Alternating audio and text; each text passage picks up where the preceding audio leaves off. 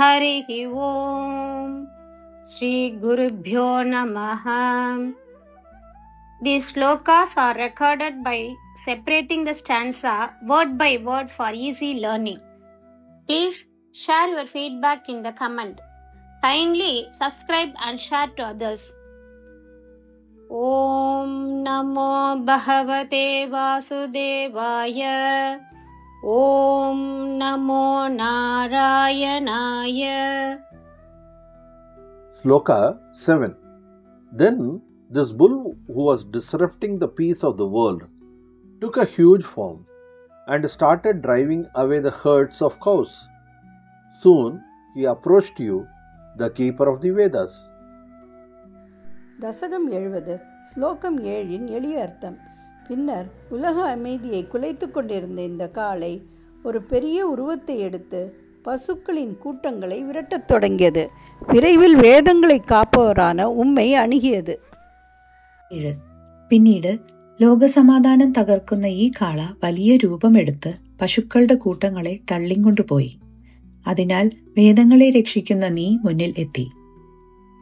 श्रीमन्नारायणीयं दशकं 70 श्लोका 7 शाक्वरः अथ जगति धृतिहारी शाक्वरोऽथ जगति धृतिहारी शाक्वरोऽथ जगति धृतिहारी मूर्तिम् एष बृहतीं प्रदधानः मूर्तिमेष बृहतीं प्रदधानः मूर्तिमेष बृहतीं प्रदधानः शाक्वरोऽथ जगति धृतिहारी मूर्तिमेष बृहतीं प्रदधानः शाक्वरोऽथ जगति धृतिहारी मूर्तिमेष बृहतीं प्रदधानः शाक्वरोऽथ जगति धृतिहारी मूर्तिमेष बृहतीं प्रदधानः पंक्तिम् आशु परिघूर्ण्य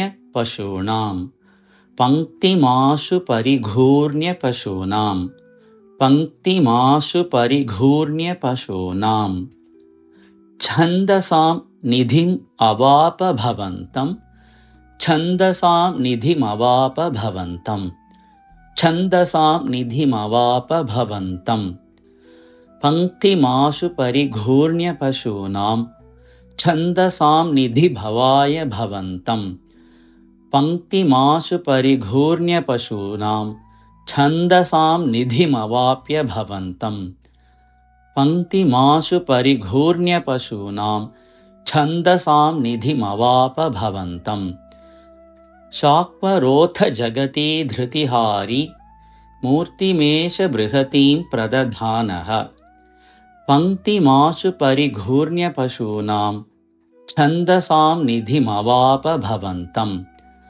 शाक्वरोऽथ जगति धृतिहारी मूर्तिमेष बृहतीं प्रदधानः पंक्तिमाशु परिघूर्ण्य पशूनां छन्दसां निधिमवाप भवन्तं शाक्वरोऽथ जगति धृतिहारी मूर्तिमेष बृहतीं प्रदधानः पंक्तिमाशु परिघूर्ण्य पशूनां छन्दसां निधिमवाप भवन्तं